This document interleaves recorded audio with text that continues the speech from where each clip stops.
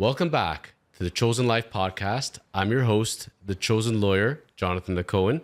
I'm back. I'm literally back. I was gone away from the world. I handed over my phone for 10 days, really 12 days almost. Did not have any contact with the outside world whatsoever. Didn't talk for 10 days. Now it's time to do a whole bunch of talking. And co-piloting with me today is my newest partner. We have not David Korman, Taimoor Qureshi. Taimoor, welcome back to the Chosen Life. Thank you so much. Yeah, thank you for having me back. It's an absolute pleasure to be the first guest on the podcast post return into the real world for yourself. Let's pause for 1 second. I'm gonna grab all of it. Yeah, I was like, what are the sound effects? I know. Oh. I know, for a second I was like, what are those intro sound effects being played? The intro? Yeah. Just cut them to wherever. Yeah. So just stay on mute. Just be part of the action. Okay, so I think we'll pause where I went and then we just start yours. So newest partner, Taimoor Qureshi. Oh, thank you for having me on the podcast again, Jonathan. Pleasure to be on here as always.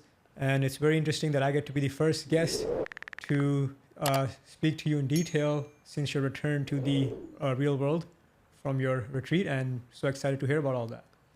Well, it was one of those things. I remember when I joined Kormans initially, right? I came in, it was a Friday. I was supposed to start on a Monday, Taimoor. And I came in on the Friday, going to set up my office and everything.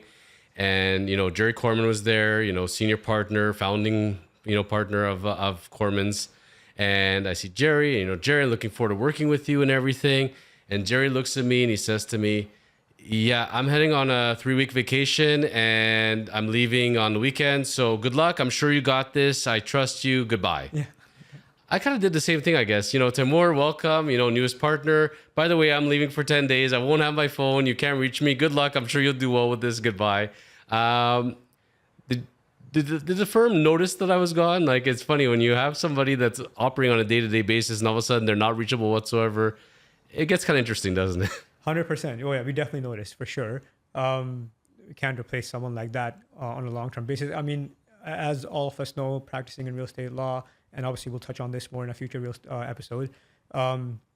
It's a very fast-paced environment on a day-to-day basis for us. So when someone who you're used to getting up to 20 emails from on a daily basis, sometimes multiple calls per day, see each other in the office if we're in the office at the same time. If they're even gone for 2-3 days, you notice it. So when someone is gone for more than 10 days, it's definitely noticeable, but there's a learning curve to it. So by day 4, day 5, you kind of adjust for it. But it is in the back of your head that, okay, this person is coming back. So that's a big relief. But yes, we definitely missed you for sure. And it was definitely noticeable. It's funny because, I still come from the generation, Taimoor, that I'm dating myself. I used a typewriter throughout most of high school, I was still the generation where I was articling. I was a first-year associate. You did not have emails on your phone. There was no smartphones, really. That was just kind of starting at that point. Mm-hmm. It was about the year 2002 when I first was introduced to the idea of putting your emails on your phone. And I said at the time I was speaking to my superior, I said, I think this is a really, really bad idea. I got my computer here at work and I check my emails that way. Then I go home, there's a computer there. In between all that, I really don't want these emails. I think I'd like my life without it. He said, too bad, this is where it's going. And he was right. Mm-hmm. And so I can tell you, man, except for an hour to 3 hours of yoga, an hour to 3 hours of gym, an hour to an afternoon of meditation. Those are the only sleep. Those are the only times I'm ever disconnected, so to speak. And to be able to be disconnected for anywhere from that time, you get used to it. You accept it.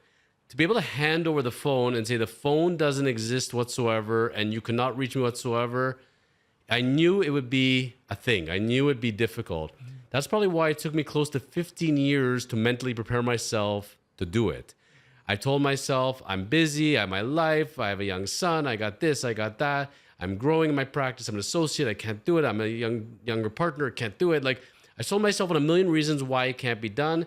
And I'll never forget, I was with my son Jeremiah one weekend and I told him that story.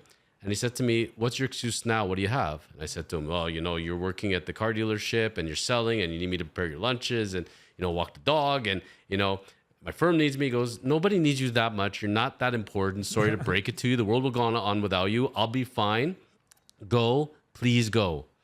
So that's where I went on and I put myself on a waiting list. Mm-hmm. Then a couple weeks later, I put myself on another waiting list. And eventually I got accepted to go. Mm-hmm. And it probably took me, Taimoor, close to 2.5 months of preparation of everybody in my life so that everybody could know, that needed to know where I'd be and how I'm reachable or not reachable and who's going to get my emails and who's going to deal with them and everything else right up until the day before. And then I just gave my life to the universe and God and hope for the best. Mm-hmm. That's kind of how I approached it. So yeah, as a professional, running a business, working with clients, working with referral sources, and everybody kind of depending. I kind of trained everybody. I won't be there. Mm-hmm. It's just going to go down that way. And man, it was an interesting ride. It was a very, very interesting ride. I can say that. We'll kind of jump between what the schedule was like there and how the timing worked out. So for all you that are tuning in, this is called Vipassana. So it's a silent meditation retreat. You hand over your phone. You have no contact to the outside world, no books, no TV, no radio, no internet, no nothing. There's no speaking to anybody. Nobody speaks to you. And all you get to do is meditate, sleep, eat, and walk. Those are the 4 things you have to do. Now they're very smart, Taimoor, because I was saying goodbye to Jeremiah as I was driving up there. Thought I'd finish my phone call, do a few more text messages and emails in the parking lot before I go. You know what they do? They cut off your service as you enter the parking. You haven't even entered the parking yet. You're just entering the driveway off the road. Miraculously, your phone goes dead.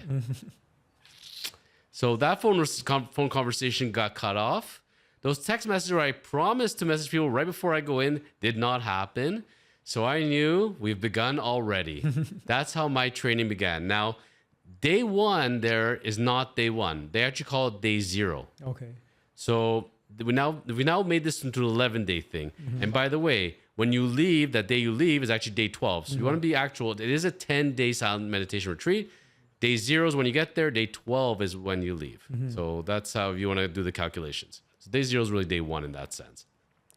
You get to talk when you show up there. You come, you find out where your room is, you find out your accommodations, you go into the dining hall, you fill out your registration, you give them the ID, and then they hand you your little name thing, and you have to pick your seating in the dining room. And this is where you're going to sit the entire time when you're eating for the whole 10 days. Wow. And it's hilarious because there were so many spots people took facing the wall. So literally, you're like in detention, you're facing the wall, you're eating to the wall. Not nice seats, facing windows, doors. I found the middle spot in a middle area, perfectly facing the door and the window with as much light and exposure. And I'm thinking, whoa, I got shotgun. And I took shotgun right away. And talking to people afterwards, those ones that thought it'd be too distracting and thought they'd be able to focus better, very much regretted being in detention facing the wall. Mm-hmm. So tip number 1, you're going to Vipassana and you're going to do a silent meditation retreat. When you get there, try to get there at a decent hour. Don't be the last person and get good seating in the dining room. Make sure you get to face a window and some light. Yeah. And the rule over there, Taimoor, so there's 1-day retreats, 3-day retreats, 10-day, 20-day, 45-day. But you don't get to do anything until you pass the 10-day course. The 10 days mandatory. Now that I passed it and I'm a old student, that's what they call them, old students. Don't know if that's politically correct or not, but they call them old students. So I'm an old student for Vipassana. I have access to the old student portal, and now I can register for a 1-day or 3-day. Oh, okay. So I got that much going for me. Okay. So you show up there, you've registered, you get your room and everything else. Now, I got a room, my own bedroom, my own bathroom and shower. There are some people that they get their own rooms in this little, like you walk in, you open a door, there's one room, another room, and there's a third door, and you share the bathroom and shower with one other person. There are people, but you get your own room then, but you share the bathroom. Then there's people when you have to go upstairs there, at least where I was, because they're all over the world. There's like 1,000 of these centers. So I'm the one in Ontario in Canada, up north. And so I went upstairs to check it out. You share a room, and your leader sharing a room. There's a bed curtain that's literally hanging between you. So you are sharing with the person. And then guess what? With like 10 other people, you are sharing the bathroom with like stalls, with urinals. If it's male, you have the showers. There's a shower schedule. So you have to pick your shower schedule, and that's when you're allowed to shower every single day. Okay. Getting my own shower and everything was heaven, won't lie. That was already a big plus in life. So I was already doing well. Yeah. And so you come, and then you do the initial, they feed you a nice dinner at like 5, 6 o'clock. It's a good meal. You get the introduction, you do first meditation, and now the silence begins. So they kind of prep you into it, and then you're off to day one. And man, was day one freaking interesting. One of the most interesting experiences of my life. So I made the vow. I didn't bring a watch or anything. All I brought was a little clock thingy, digital one to put by my nightstand just so I can see what time it is. There are clocks in the meditation hall, in the dining room, in the entrance to the men's residence, women's residence, I'm sure, but not in your actual room. So I just wanted to see what time it was. Because what happens is the first gong goes off at 4 a.m. 4 a.m. in the morning, yes. And then by 4:30, you're expected to start your meditation. The morning meditation, you can do it in your room or do it in the hall. So they give you options. Some meditations have to be in the hall with the group. Some, you choose whether to be in the hall or to be in your room. And later on, you can be in a meditation cell, which we'll talk about that in a moment.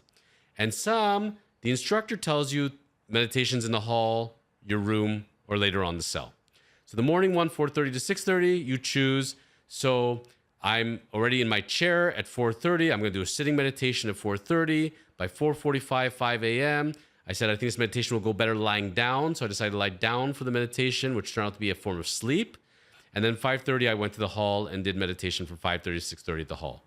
Most days I made it to the hall at 5:30, I will admit. The 4:30 was a bit of a struggle. There were times, some days that I thought the gong did not go off. I heard it did go off. It's just that I slept through it because I was that exhausted. Wow. So basically, by the time you get to breakfast, 6:30 in the morning, you have now successfully completed up to 2 hours of meditation. Now, from a meal standpoint, there's technically 3 meals. You get your breakfast, 6:30 in the morning. It's like a buffet, like a continental breakfast, like if you go stay at the Holiday Inn, I guess. You know, you get 3 different cereals, you got toast, you have oatmeal, fruit. What I've learned early on in this process when I was learning about the meals is once they serve you the food and they bring it out, there's probably not a repeat of food coming. So you better jump in when you got to jump in. Okay. So you want oatmeal with the prunes, you better get the prunes first because if you wait about 10 minutes, the prunes are long gone and the oatmeal goes pretty quick. So I've learned kind of this rotation part of it. So good sized breakfast. Lunch was at about 11 o'clock. Not bad. And so first meal, second meal, you got 45 minutes to eat your meals. That was a variety of items. Most of those lunches, you would consider them dinner. So they would give you like rice, beans, salad, you know, all vegetarian, vegan style foods. One day there was borscht. That was not a great day for me. You know, there was another day of, I swear to you, roasted beets. And I'm not a beet guy, so I had a lot of rice and lentils that day. That's lunch. So there's a nice variety of like a protein, a carb, veggies, roasted broccoli, whatever. So pretty good. The 5 a.m. meal is the most interesting one. So what time do you normally eat dinner, Taimoor, on a given day? Between 6 and 7. 6 and 7, Yeah. okay. I eat between 7 to 8. Okay. Typical dinner. What does your typical dinner look like? So I usually have a heavier lunch and a lighter dinner. Okay. Right. So it would be something like soup, you know, serving of crackers, like chicken salad, things like that. Maybe a small portion of like pasta, things like that. Yeah. Okay. Yeah. For me, my lunch and dinner look pretty the same. It'll look like a chicken or steak or something, a rice, a potato, something, or pasta, some sort of veggie salad, something. Yeah. Typical lunch dinner. They look the same. The 5 p.m. dinner, 5 p.m. dinner, if we're going to call that dinner, you get a choice of apples, bananas, oranges, coffee, tea, water. That's your dinner at 5 p.m. You can consume all as you need for half an hour. They've never sold out of oranges, never sold out of apples, never sold out of bananas. Before this meditation retreat, I hadn't had an orange in about 2 or 3 years. Taimoor, if I never have to eat another orange in my life, it'll be too soon. And so that's your last meal at 5 p.m. You are not consuming anything else. You didn't bring food with you, and you are done. Unless you are infirmed or have some sort of medical condition, you are not eating anything else but that at 5 p.m. As you can imagine, for somebody like me who eats 4 to 5 times a day, eating what's essentially 2.5 meals was interesting to say the least. I used to waking up around 7 a.m., going to bed 11 p.m. to midnight. Now I got the gong going at 4 a.m., 9:30 lights out. So I don't know what's harder, trying to wake up at 4 a.m. or trying to get to sleep at 9:30 p.m. Quite interesting lifestyle routine. I won't bore you with the whole schedule, but I'll tell you for the first 3-4 days, Taimoor, I went on a solid schedule of 10 hours of sleep, 10 hours of meditation, 4 hours of eating and walking. That was my life. Quite interesting. Sounds like a very interesting schedule, and seems like you adapted to it at a rapidly stable pace throughout, right? What was the schedule like during that? Like, would you just kind of sleep through? Like, would you wake up and see that, hey, it's still like there's still time to go to the gong? Like, because you were expected to go to bed so much earlier than your normal time, would you find yourself waking up in the middle of the night and saying, oh, there's still time to go? So for the first 3 days, now people, depending on their capabilities and their physical conditions and ailments, etc., some people were sitting in chairs. Very few people were sitting in chairs. Those were older people or people had medical conditions. Most were sitting on the ground. Okay, and you have different levels of cushions and different things of that nature. You know, I had to request to have the cushion with the back support because I couldn't deal with it. They used to give out those cushions to everybody. Now you have to ask for it. And I couldn't sit without that back support. So I got a cushion that had a back support, but I'm on the ground. And what I started noticing was in the entrance of the meditation hall at Vipassana, there was a million different cushions, okay, when you started off the thing. By day 3, day 4, almost all the cushions are gone. Every guy, at least I'm the men's section. Women are on the other side of us, which we'll talk about that. But literally every guy has a little fort of cushions of different degrees, rectangular, circular, thin, thick, little paddings, and you fit ones under your knees, under your thighs, and all sorts of patterns. There was one guy sitting in the front row. He's got to be about 70 or so. I called him single cushion guy. Single cushion guy was about 70, comes in, puts the cushion, sits down, crosses legs, and he ain't moving the whole time. Turns out, I found out afterwards, he had just come from Tibet, just flew in, moving to Canada, and one cushion guy literally sat the whole time through on his one cushion, did not move an inch. So I don't know what they're teaching over in Tibet, but clearly it's stability and it's mindfulness. There's a lot of shifting, especially even for someone like me that did a lot of meditation at the Buddhist temple and my yoga studio on my own, built up a meditation practice. You could be away, once you have a meditation practice, Taimoor, you can be away from it for years and you can go right back to it. But man, when you're used to doing half an hour to an hour a day versus 10 hours a day, you're sitting there. So for the first 3 days, I can tell you, man, that no matter how much I slept in the afternoons and took naps, at night I was zonked. Like imagine, I was spending 20 hours of my day with my eyes closed and you're trying to focus. And for the first 3-4 days in Vipassana, all they're instructing you is you're going to focus on the area underneath your nose. Just focus on the area right under your nose as the breath goes in and the breath goes out. 3 days, I'm just focusing on this one area. It's actually mentally exhausting. So I was able to sleep, no problem, at will. I was napping like a champ. After day 3, that's when the nightmares began. Day 4 to day 6, severe nightmares. And what I tell people, I don't think it's from the meditation. It was from the amount of time spending within myself, not having any contact to the outside world. Inevitably, things start to come up, things from the past, childhood, trauma, you name it. Everything that hasn't been dealt with or has been dealt with still comes up to the surface, and there's nowhere else to run but to deal with it. So that was kind of the process of what happens there. And then it started to get better. And, for the last day and a half there, we got to talk. Except for when we were meditating, and everybody was going through similar experiences. It's literally like going to the Betty Ford Clinic for mental health. Like I felt like I came out of a mental detox. I felt like $1,000,000. I felt like I had been in a block of ice for years. I felt so good. I felt so cleansed. It was an amazing experience. Honestly, I know it sounds great, for the result. It is work. It's work leaving your life aside for 10 days and 12 days and not being able to contact anybody.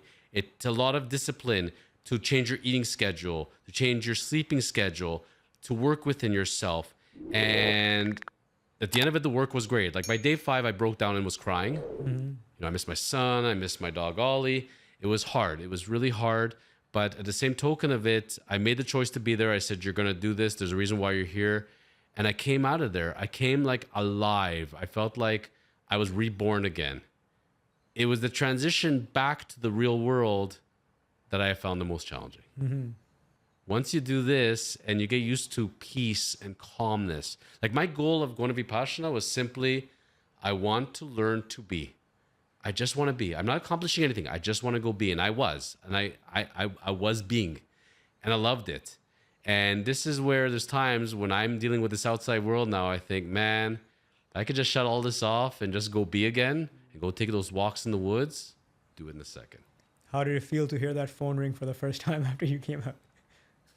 Truthfully? Yeah. Agonizing. Yeah. Absolutely agonizing. It was one emergency after another, emergency after another. And so I said to myself, the universe is testing me right now. I'm going to take this as a clear test and I'm going to follow through, So there's more I want to tell you about that. But Taimoor, I can see the producer's already starting to play the music in the background. And we've come to an end of this episode. There's so much, we just barely grazed the surface. But I've given you an idea, and I've given the listeners a glimpse as to what a 10-day retreat looks like for a professional, what I went through. And you don't know the whole schedule, but you get the idea. So I think what I'm going to do is for next week, I'm going to let go of the reins. You get the time to put together your questions. Ask me anything and everything wacky, what you want to know, what you think the listeners want to know, and what the heck does a professional do going to Vipassana? And I'd love to answer them. 100%. We'll be back next week to tackle those questions for Jonathan. And we are the Chosen Life Podcast. See you next week.